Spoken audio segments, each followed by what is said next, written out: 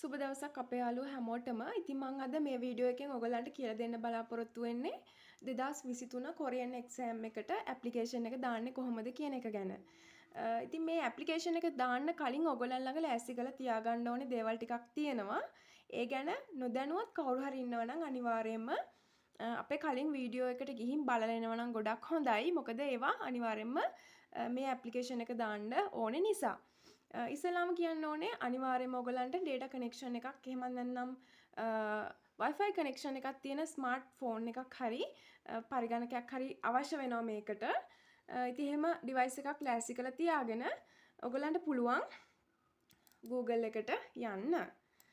ඊට පස්සේ Google එකේ ඔයගලන් search කරන්න ඕනේ www.slbfe.lk කියන මෙන්න මේ වෙබ්සයිට් එක. එක මගක් ටයිප් කරගෙන යද්දි මෙන්න මේ විදිහට එනවා slbfe.lk. ඉතින් ඒ වෙබ්සයිට් එකට ගියාම ඔයගලන්ට මෙන්න මේ වගේ තිරයක් තමයි බලා ගන්න පුළුවන් වෙන්නේ. මේකේ මේ home ශ්‍රී ලංකා foreign employment අනේ ඒක උඩ ක්ලික් කරාට පස්සේ ඔයගලන්ට මෙන්න මේ ශ්‍රී ලංකා විදේශ සේවා නියුක්ති කාර්යාංශ වෙබ් අඩවියේ හෝම් පේජ් එක බලා ගන්න පුළුවන් වෙනවා මෙන්න මේ විදිහට. ඉතින් ඒකේ මුලම මෙන්න මේ වම් අත පැත්තේ තියෙනවා මෙහෙම කොටු ගොඩක් පාතර තියෙනවා. ඒකේ වම් අත පැත්තේ මුලින්ම මෙරූන් පාට කොටුවක් තියෙන මෙන්න මේ විදිහට registration for EPS topic point system කියලා. අන්න ඒක ඔයගලන් ක්ලික් කරන්න ඕනේ. ඊට පස්සේ ඔයගලන්ට දැන් ඔයගලන් මේ ඇප්ලිකේෂන් එකට ඇවිල්ලා ඉන්නේ. ඊට පස්සේ ඔයගලන්ට මුලින්ම බලා ගන්න පුළුවන් මේ විශේෂයි කියලා රතු පාටින් නෝටිස් කරලා තියෙනවා. ආයුධ පත්‍රය පිරවීමට ආයුධම් කිරීමට පෙර උපදේශ පත්‍රිකාව කියවන්න කියලා. ඊට එහා පැත්තේ නිල් පාටින් මෙන්න මේ විදිහට උපදේශ පත්‍රිකාව කියලා තියෙනවා. අනිවාර්යයෙන්ම ඔයගලන් ඒක ක්ලික් කරලා බලන්න. මං කලින් එක බලලා තියෙන නිසා මේ පාතටම ඇවිල්ලා තියෙනවා. හරි මෙන්න මේ විදිහට තමයි ඔයගලන්ට ඒකට ගියාට පස්සේ බලා ගන්න පුළුවන් වෙන්නේ. ඉතින් මේකේ තියෙනවා මං කලින් වීඩියෝ එකේදී කතා කරපු හැම දෙයක් ගැනම සුදුසුකම් වගේම ඔයගලන් ලෑස්ති කරලා තියාගන්න ඕනේ මොනවාද කියන එක ගැන. මෙන්න මේකේ මේ විදිහට සඳහන් කරලා තියෙනවා. ඉතින් මේක අනිවාර්යයෙන්ම ඔයගලන් කියවලා හොඳට බලන්න. මේක අකුරක් නෑර කියවනවා නම් ගොඩක්ම හොඳයි. මොකද ඇප්ලිකේෂන් එක වැරදෙන්න තියෙන ඉඩ කඩ ප්‍රමාණය ගොඩක් අඩු වෙනවා. මේක හරියට කියවුවා මොකද මේකේ පැහැදිලිවම හැමදේම සඳහන් කරලා තියෙනවා. බැංකු රෙසිට් පතේ ඔයගොල්ලන් පුරවන්න ඕනේ කොහොමද කියන එක පවා හැමදේම පැහැදිලිව සඳහන් කරලා තියෙනවා. ඉතින් මේක අනිවාර්යයෙන්ම ඔයගොල්ලන් හොඳට කියවලා බලන්න. ඉතින් ඊට පස්සේ මේක කියවලා ඉවරුණාට පස්සේ ඔයගොල්ලන්ට ඊට යටින් බලා ගන්න පුළුවන් නික් නම්බර් කියලා තියෙනවා. ඊට යටින් මෙහෙම දිග කොටුවක් තියෙනවා. ඒකට ගිහින් ක්ලික් කරලා ඔයගොල්ලන්ගේ ජාතික හැඳුනුම්පත් අංකය මෙන්න මෙතෙන්ට ලබා දෙන්න තමයි තියෙන්නේ. හරි. ඊට පස්සේ මම මෙතන මේ එක්සැම්පල් එකක් දැම්මේ. ඊට පස්සේ යටින් තියෙන නිල් පාට කොටුවේ තියෙන next කියන බොත්තම එබ්බුවට පස්සේ ඔයගොල්ලන් මෙන්න මේ වගේ පිටුවකට යනවා. ඊට පස්සේ මේකේ තියෙනවා මුලින්ම නික් ෆ්‍රන්ට් පේජ් කියලා. ඊට පස්සේ මෙන්න මේ වගේ හිස් කොටුවක් තියෙනවා. ඊළඟට අප්ලෝඩ් නික් ෆ්‍රන්ට් පේජ් කියලා තියෙනවා. මේක ක්ලික් කරාම වෙන්නේ ඔයගොල්ලන්ගේ ෆෝන් එකේ හරි පරිගණකයේ හරි ස්ටෝරේජ් එකට යන එක. ඊට පස්සේ ස්ටෝරේජ් එකේ ඔයගොල්ලන් සේව් කරලා තියාගත්තු ඔයගොල්ලන්ගේ ජාතික හැඳුනුම්පතේ ඡායාරූපය සහිත පැත්තේ ඒ කියන්නේ මුල් පැත්තේ ඉස්සරහා පැත්තේ ස්කෑන් කරන ලද ඡායාරූපයට යන්න පුළුවන්. ඉතින් මගේ ළඟ එහෙම එකක් නැහැ. මගේ ළඟ මෙන්න මේ වගේ පින්තූරයක් තියෙනවා. මම ඒක එක්සැම්පල් එකක් විදිහට ඔයගොල්ලන්ට දාලා පෙන්නන්නම්. එක්ක මේක උඩ ඩබල් ක්ලික් කරන්න පුළුවන්. නැත්නම් මෙහෙම ඕපන් කරාට පස්සේ ඔයගොල්ලන්ගේ ජාතික හැඳුනුම්පතේ ඉස්සරහා පැත්තේ ස්කෑන් කරපු ඡායාරූපෙ මෙතෙන්ට අප්ලෝඩ් වෙනවා. හරි දැන් ඒක හරි. ඊට පස්සේ ඊළඟට තියෙනවා ඔයගලන්ට නික් බෑක් පේජ් කියලා. ඊට පස්සේ මේ වගේ හිස් කොටුවක් තියෙනවා. හිස් කොටුවට යටින් නිල් පාට කොටුවේ තියෙනවා අප්ලෝඩ් නික් බෑක් පේජ් කියලා. මෙතනට ගිහින් ක්ලික් කරාම ආපහු ඔයගොල්ලන්ගේ ස්ටෝරේජ් එකට යනවා.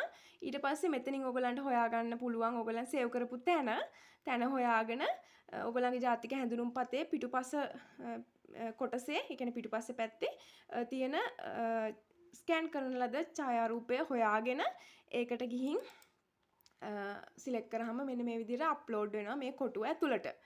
හරි. ඊට පස්සේ හරිම ලේසි මේක කරන්න. ඊට පස්සේ ඊළඟට දැන් ඔයගොල්ලන් මෙන්න මේ විදිහට ජාතික හැඳුනුම්පතේ ඉදිරිපස සහ පිටුපස ස්කෑන් කරපු ඡායාරූප දෙක මේ විදිහට අප්ලෝඩ් කරගෙන ඉවරයි. මම එක්සැම්පල් එකක් දීලා තියෙන්නේ. මේ එකයි MB වෙන්න ඕනේ. එතකොට MB දෙකක් වෙනවා මේ දෙක.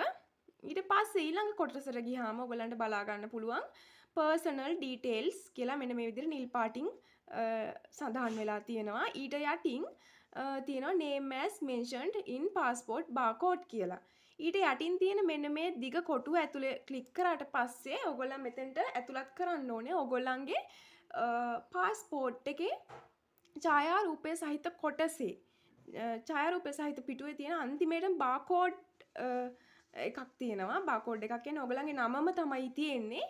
ඒ නම ඉස්සරහා තියෙන අකුරු 4ක් මට ඒ ටික මතක නැහැ හරියටම PBLK හරි අන්න ඔය වගේ නම් අකුරු 4කට පිටිපස්සෙන් තමයි ඔයගොල්ලන්ගේ නම තියෙන්නේ ඊළඟට. හරි? ඒ අකුරු 4 අතෑරලා ඔයගොල්ලන්ගේ බාකෝඩ් එකේ තියෙන නම් කොටස විතරක් මෙතන ටයිප් කරන්න. ඔයගොල්ලන් ඒ උඩවම තියෙන ඒ පිටුවේ උඩවම තියෙන ඔයගොල්ලන්ගේ ෆුල් නේම් එක ටයිප් කරන්න යන්න එපා. අර බාකෝඩ් එකේ සඳහන් නම විතරක් මෙතෙන්ට දෙන්න.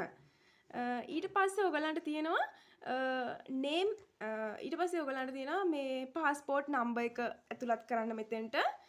ඉතින් ඒ passport number එක කියන තැනට යටින් තියෙන කොටුව ක්ලික් කරාට පස්සේ ඔයගලන්ට passport number එක මේ විදිහට ඇතුළත් කරන්න පුළුවන්. ඊට පස්සේ date of birth කියලා තියෙනවා. ඊට යටින් select gender කියලා තියෙනවා. ඒ select gender කියන්නේ ඔයගලන්ගේ ස්ත්‍රී පුරුෂ භාවය ඇතුළත් කරන්න තියෙනවා මෙතෙන්ට. ඉතින් මෙතන ටයිප් කරන්න ඕනේ නැහැ ඔයගලන්. මේක මෙන්න මේ විදිහට ක්ලික් කරාට පස්සේ ඔයගලන්ට තෝරන්න තියෙන්නේ. තෝරන්න එනවා මෙතෙන්ට male ද female ද කියලා. ඉතින් ඒ දෙකෙන් එකක් මෙන්න මේ විදිහට ක්ලික් කරාට පස්සේ එතන ඔටෝම fill වෙනවා එකෙන්. ඊට පස්සේ ඔයගලන්ට තියෙනවා අපහු date of birth කියලා තියෙනවා. ඒකෙත් year එකයි month එකයි date එකයි ඔයගලන්ට තෝරන්න තියෙන්නේ. ඉතින් ඒකෙත් year එක ළඟට ගිහින් මෙන්න මේ විදිහට ක්ලික් කරාට පස්සේ ඔයගලන්ගේ උපන් දිනේ තියෙන අවුරුද්ද උපන් අවුරුද්ද මෙන්න මේ විදිහට සිලෙක්ට් කරන්න පුළුවන්. ඉතින් මම මෙතන එක්සැම්පල් එකක් දුන්නා ඔන්න. month එකත් මෙන්න මෙතෙන්ට ගියාම ඔයගලන්ට මෙන්න මේ විදිහට එනවා තෝරන්න. ඉතින් ඒකෙත් ඔයගලන්ට මේ විදිහට තෝරන්න පුළුවන්. ටයිප් කරන්න නෙමෙයි තියෙන්නේ. day එකත් day එක ළඟට ගිහින් මෙන්න මේ විදිහට ක්ලික් කරාට පස්සේ ඔයගලන්ට තෝරන්න එනවා. ඒ විදිහට ඒ තුන එන්නේ මේ විදිහට තෝරලා පුරවන්න තියෙන්නේ. ඊට පස්සේ ඔයගලන්ට පුළුවන් applicant mobile number කියලා මෙතන තියෙනවා ඊළඟට.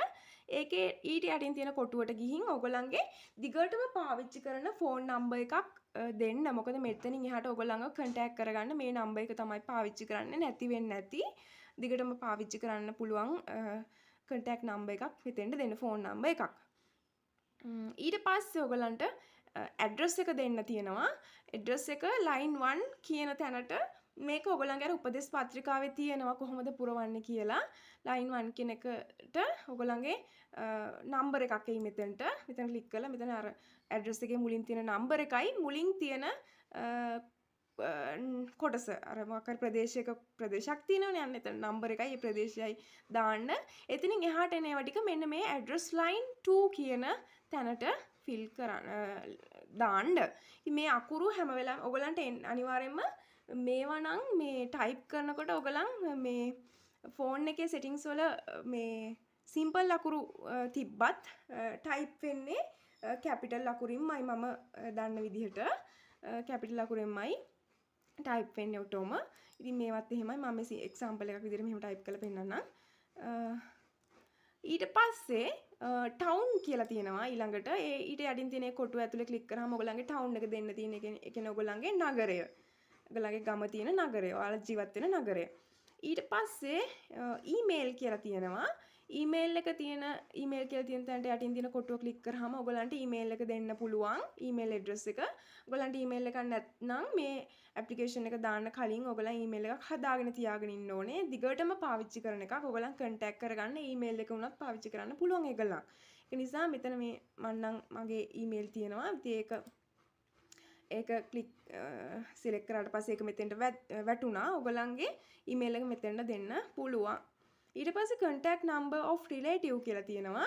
ඒකේ යට තියෙන කොටුව ඇතුලේ ක්ලික් කරලා ඔයගලන්ගේ බාරකරුගේ ෆෝන් නම්බර් එකක් දිගටම පාවිච්චි කරන එකක් දෙන්න පුළුවන් නම් ගොඩක් හොඳයි. අම්මා තාත්තගේ හරි husband and wife හරි husband හරි wife ගේ හරි contact number එකක් හරි ගෙදර කාගේ හරි විශ්වාසවන්ත කෙනෙක්ගේ ෆෝන් නම්බර් එකක් මෙතනට දෙන්න. ඊට පස්සේ ඔයගලන්ට තියෙනවා select district කියලා. මෙතනින් ඔයගලන්ගේ දිස්ත්‍රික්කය සිලෙක්ට් කරන්න පුළුවන්. හරිද? ඉතින් මම මෙහෙම එක්සැම්පල් එකක් දෙන්නම්. එතන තෝරන්න තියෙන ටයිප් කරන්න නෙමෙයි. ඊට පස්සේ nearest SLB FE center කියලා තියෙනවා. ඊට යටින් select center කියලා තියෙන තැන ක්ලික් කරාට පස්සේ ඔයගලන්ට බලා ගන්න පුළුවන් ඔයගලන්ගේ ළඟම තියෙන center එක තෝරන්න ඕනේ. නුවර කුරුණෑගල ඔන්න ඔය විදිහට තියෙනවා ඒවා ටිකක්. ඒවයින් ඕගලන්ට ළඟ එක තෝරන්න පුළුවන්. මෙන්න මේ විදිහට. ඊට පස්සේ යටින් තියෙනවා ඉදිරියට යන්න කියලා මෙන්න මේ වගේ next. ඔයගලන්ට මේ කලින් තොරතුරු වැරදි නම් හරි සැකයක් තියෙනවා නම් හරි කලින් පිටුවටත් ගිහින් බලන්න පුළුවන් මේ back කියන එක ක්ලික් කරලා. එහෙම නැත්නම් ඔයගලන් හරියට පුරවලා තියෙනවද කියලා ආපහු දෙසරයක් වුණත් බලලා මෙන්න මේ next කියන එක ටච් කරන්න ඕන. next කියන එක ටච් කරාට පස්සේ පුරවලා නැති මොන හරි එකක් තියෙනවා මෙන්න මේ විදිහට රෝස පාටින් පෙන්නනවා. එතකොට ඔයගලන්ට තියෙන්නේ ඒකත් පුරවන්න. ඔයගලන්ට මිස් වෙච්ච එකක් තියෙන්න පුළුවන්. ඒක නිසා මෙන්න මේක පුරවන්න. හරි. හරි. ඊට පස්සේ මෙන්න මේ විදිහට ඉදිරියට next කියන බටන් එක ඔයගලන්ට ටච් කරන්න පුළුවන්. ක්ලික් කරන්න පුළුවන්. ඊට පස්සේ ඔයගොල්ලන්ට මෙන්න මේ විදිහට ඉදිරියට යන්න කියන එක බටන් එක ක්ලික් කරාට පස්සේ මෙන්න මේ වගේ පිටුවක් තමයි ඉන්නේ. ඒකේ තියෙනවා applicant image කියලා ඉස්සල්ලාම. ඊට යටින් his කොටුවක් තියෙනවා. ඊට යටින් upload applicant image කියලා තියෙනවා. ඉතින් මෙතනට upload කරන්න ඕනේ ඔයගොල්ලන් කලින් ලෑස්ති කරලා තියාගත්තු ඔයගොල්ලන්ගේ අර ෆොටෝ එක. MB එකක් වෙන විදිහට හදලා තියාගත්තු ෆොටෝ එක. ඉතින් මම මෙතන ගිහින් මේ නිල් පාට කොටුව ඇතුලේ ක්ලික් කරනවා. ඊට පස්සේ ඔයගොල්ලන් මෙතන මේ ඔයගොල්ලන් ඒ ෆොටෝ එක ස්ටෝර් කරලා තියෙන තැනට ගිහින් හොයාගෙන ඒක සිලෙක්ට් කරාට පස්සේ මෙන්න මේ කොටුව ඇතුලට ඒක අප්ලෝඩ් වෙනවා. එච්චරයි කරන්න තියෙන්නේ. ඊට පස්සේ තියෙනවා passport details page කියලා. මෙතනින් යටින් තියෙනවා his කොටුවක්. ඊටත් යටින් තියෙනවා upload passport details page කියලා. ඉතින් මේක ඇතුලේ ක්ලික් කරලත් ඔයගලන්ට අර MB එකක් වෙන විදිහට හදාගත්තු પાස්පෝර්ට් එකේ ඡායාරූපය සහිත පිටුව අප්ලෝඩ් කරන්න තියෙන්නේ. මෙතනින් ඔයගලන් හොයා ගන්න ඕනේ ඔයගලන් කොතනද ඒක සේව් කරලා තිබ්බේ කියලා. ඉතින් එතනට ගිහින් මෙන්න මේ විදිහට මම මේ එක්සැම්පල් එකක් දුන්න විදිහට ඒක අප්ලෝඩ් කරන්න තියෙන්නේ. ඉතින් ඒ පාස්පෝර්ට් එකේ ඉමේජ් එක එහෙම නැත්නම් ඡායාරූපය අනිවාර්යයෙන්ම කොන් 4 ඒ පිටුවේ කොන් 4ම අහුවෙන විදිහට ගත්තු එකක් වෙන්න ඕනේ, ස්කෑන් කරපු එකක් වෙන්න ඕනේ. එහෙම නැති වුණොත් ඒගොල්ලන් ඒක රිජෙක්ට් කරන්න පුළුවන්. ඒක නිසා අනිවාර්යයෙන්ම අර යට බාකෝඩ් එකේම හොඳට අහුවෙන විදිහට වටේටම 4 කොනම අහුවෙන විදිහට ඡායාරූපය ස්කෑන් කරලා ගන්න. ඊට පස්සේ හරි. ඊට පස්සේ මෙතන මේ සැලකිය යුතුයි කියලා තියෙනවා. ඒ ටිකත් ඔයගලන් කියවන්න අනිවාර්යයෙන්ම. මේ මම අර කිව්ව ටිකම තමයි මෙතන තියෙන්නේ. ඉතින් අනිවාර්යයෙන්ම බාකෝඩ් එක කැපී නොවන විදිහට ස්කෑන් කරලා අප්ලෝඩ් කරන්න කියලා. ඉතින් ඊට පස්සේ එතනට යටට ගියාට පස්සේ passport issue date කියලා තියෙනවා. ඉතින් මෙතනට ඇතුළත් කරන්න ඕනේ. මෙතන තෝරන්න තියෙන්නේ. ඔයගොල්ලන්ගේ ඉස්සලාම ඔයගොල්ලන්ගේ passport එක ඉෂුව කරපු දවස. ඒ කියන්නේ හදපු දිනය ඒක තෝරන්න තියෙන. මෙතන year කියන තැනට ගිහින් ක්ලික් කරාම passport එක හදපු දවස ඔයගොල්ලන්ට අවුරුද්ද ක්ලික් කරාම එතනට ෆිල් වෙනවා. ඊට පස්සේ month කියලා තියෙන එතනට ගිහින් ක්ලික් කරාමත් ඒ මාසේ හරියට passport එකෙන් බලලා හරියටම තෝරන්න මාසේ ක්ලික් කරන්න පුළුවන්. මෙතන date කියන තැනට ගිහින් date එකත් ඔයගොල්ලන්ට සිලෙක්ට් කරන්න පුළුවන්. ඊට පස්සේ passport expire date කියලා තියෙනවා. එතන්ට එතන යටින් තියෙනවා year month date කියලා අර විදිහටම කලින් විදිහටම මෙතෙන්ට ඇතුළත් කරන්න ඕනේ ඔයගොල්ලන්ගේ passport එක කල්ලිකුත් වෙන දිනය. මේ දිනේට අවුරුදු 10කට පස්සේනේ කල්ලිකුත් වෙන්නේ. ඉතින් ඒ දිනෙත් ඔයගොල්ලන් හරියටම බලලා සිලෙක්ට් කරන්න. හරි මෙන්න මේ විදිහට සිලෙක්ට් කරන්න පුළුවන් ඔයගොල්ලන්ට. හරි. ඩේට් එකත් මේ විදිහට බලලා මේ හොඳට බලලා හරියටම සිලෙක්ට් කරන්න. ඊට පස්සේ select job category කියලා තියෙනවා. ඊට යටින් job category එක ඔයගොල්ලන් select කරන්න ඕනේ. ඉතින් ඒක යට ඒක click කරාට පස්සේ ඊට පස්සේ job category කියලා තියෙනවා. ඊටත් යටින් තියෙනවා මේ job type කියලා. ඒක ඔයගොල්ලන් නිෂ්පාදනද දීවරද කියලා තෝරන්නයි ඕනේ. මෙතන උඩින්ම තියෙනවා manufacturing නිෂ්පාදන කියලා යටින් තියෙනවා fisheries කියලා දීවර කියලා තියෙනවා. ඉතින් ওই දෙකෙන් කෝකද කියලා ඔයගොල්ලන් තෝරන්න ඕනේ. මෙන්න මේ විදිහට ඒක උඩට ගිහින් ක්ලික් කරාම ඒක auto fill වෙනවා. හරි. ඊට පස්සේ select job category කියලා තියෙනවා ආපහු. ඊට යටින් තියෙනවා select sub category කියලා. මේකට ඔයාගේ job එකේ අංශය තෝරන්න තියෙන්නේ. ඉතින් ඒ select sub category කියන එකට ගිහින් ක්ලික් කරාම මිනුම් එක්කිරීම් සැකසීම් කියලා තියෙනවා තුනක්. select ඊට පස්සේ ඒ කියන්නේ measurements join assemble කියලා තියෙනවා. ඔයගොල්ලන් ওই තුනෙන් කැමති එකක් තෝරන්න ඕනේ. හරි. ඔන්න මම තේරුවා. ඊට පස්සේ ආපහු තියෙනවා දැන් ඔයගොල්ලන්ට කලින් පිටුවට යන්න ඕන නම් මෙන්න මේක මේව කරාම ගිහලා බලන්න පුළුවන් ආපහු ඒක. එතකොට ඒකේ තොරතුරු ටික තියෙනවා. බලලා නිවැරදි කරනවා නම් කරන්න පුළුවන්. ඊට පස්සේ ආපහු දැන් මම next කරා. ඊට පස්සේ ආපහු හිටපු page එකටම එනවා. ඉතින් දැන් මේකෙත් මම ඔක්කොම තොරතුරු පුරවලානේ තියෙන්නේ. ඉතින් ඒක නිසා මම next කියන බටන් එක ක්ලික් කරනවා. ඊට පස්සේ ඔයගොල්ලන්ට bank slip එකෙන් පස්සේ තියෙනවා payment details කියලා තැනක් පුරවන්න. ඊළඟට තියෙනවා payment date කියලා. ඊට යටින් තියෙන දිග කොටුවේ තියෙනවා ඔයගොල්ලන් ගනුදෙනුව කරේ. ඒ කියන්නේ ඔයගොල්ලන් මුදල් ගෙවපු දවස දාන්න. ඉතින් ඒක ක්ලික් කරාට පස්සේ කොටුව ඇතුලේ මෙන්න මේ දවස තියෙන තැන නිල් පාට වෙනවා. ඒ දවස වෙනස් කරන්නයි ඕනේ ඔයගොල්ලන්. ඉතින් ඒ කොටුවේ දිග මේ අයිනම තියෙනවා මේ කැලෙන්ඩර් එකක්. ඒක ක්ලික් කරාම ඒ කැලෙන්ඩර් එක ඕපන් වෙනවා.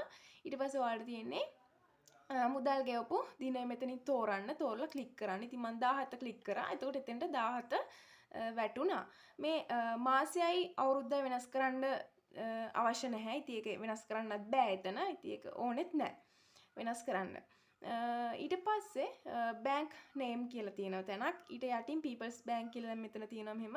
ඒක උඩ ක්ලික් කරාම ඔයගොල්ලන්ට ගෙවන්න දීලා තියෙන ඔයගොල්ලන් මුදල් ගෙවපු බැංක් එක මෙතන සිලෙක්ට් කරන්න තියෙන්නේ. මම People's Bankම කියලා සිලෙක්ට් කරන්නම්කෝ. එතකොට එතෙන්ට ඒක වැටෙනවා. ඊට පස්සේ මෙතන ඊළඟට තියෙනවා ඔයගොල්ලන්ට ඇග්‍රී වෙන්න ඒව ටිකක් මගේ පුද්ගලික තොරතුරු එකතු කිරීමට හා බෙදා හැරීමට එකඟ වෙමි එහෙම කියලා ඒව ටිකක් තියෙනවා. ඒ ටිකත් කියවන්න.